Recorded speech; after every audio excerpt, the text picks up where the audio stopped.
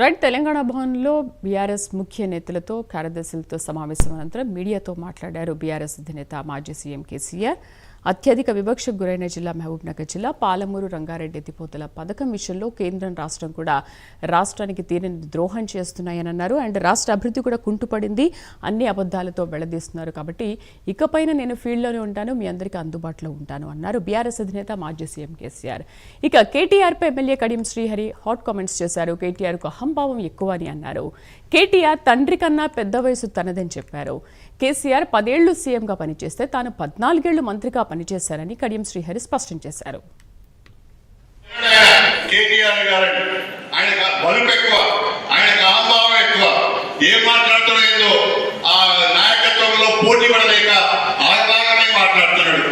మతి స్థితితాన్ని కోల్పోయి మాట్లాడుతున్నాడు.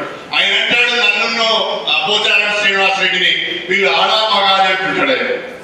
నీ తండ్రి కంటే పెద్ద వయస్సు మాది, నీ తండ్రి కంటే కేసీఆర్ కంటే 2 ఏళ్ళు పెద్దోని నేను. కేసీఆర్ 10 సంవత్సరాలు ముఖ్యమంత్రిగా చేసిండు. అరే బిడ్డ, నేను 14 సంవత్సరాలు మంత్రిగా పనిచేస్తాను. 4 సార్లు ఎమ్మెల్యే అయినా, ఒకసారి ఎంపీ అయినా, 2 సార్లు ఎమ్మెల్సీ అయినా. నువ్వు మాట్లాడే భాష నాది. నీ తండ్రి వయసున్న మమ్మల్ని పట్టుబడి ఆ రకంగా మాట్లాడతావా?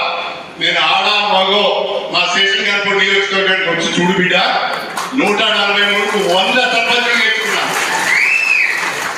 నీలాంటి నీచపు సంస్కృతి మాకు లేదు. రోజు సోషల్ మీడియా చూడగా నీ సంస్కారం ఏదో, నీ బల్పు ఏదో, నీ ఆకారం ఏదో. ఇవాళ నువ్వు ఏ రకంగా కోర్టులు చుట్టూ తిరుగుతున్నారో, కేసులు ఎదుర్కొంటున్నారో, ఒక దిక్కు అయ్యా, ఒక దిక్కు కొడుకు, ఒక దిక్కు బిడ్డ, ఒక దిక్కు అల్లుడు, మొత్తం తెలంగాణపై పడి దోచుకున్నారు కదా. 1000 కోట్ల ఆస్తులు కూడా పెట్టుకున్నారు కదా. అది ఇవాళ నీ చెల్లె కవితనే చెప్తున్నది కదా. ఇంకా నేను చెప్పవలసిన అవసరం లేదు కదా అని చెప్పి నేను ఈ సందర్భంగా తెలియజేసుకుంటున్నాను. అందుకే నువ్వు ముఖ్యమంత్రి కావాలనుకుంటున్నాడు, సంతోషం, లక్ష్యం మంచిదే. కానీ ఆ లక్ష్యాన్ని పెట్టుకున్న వాడు మాట్లాడే భాష మాత్రం ఇది కాదు.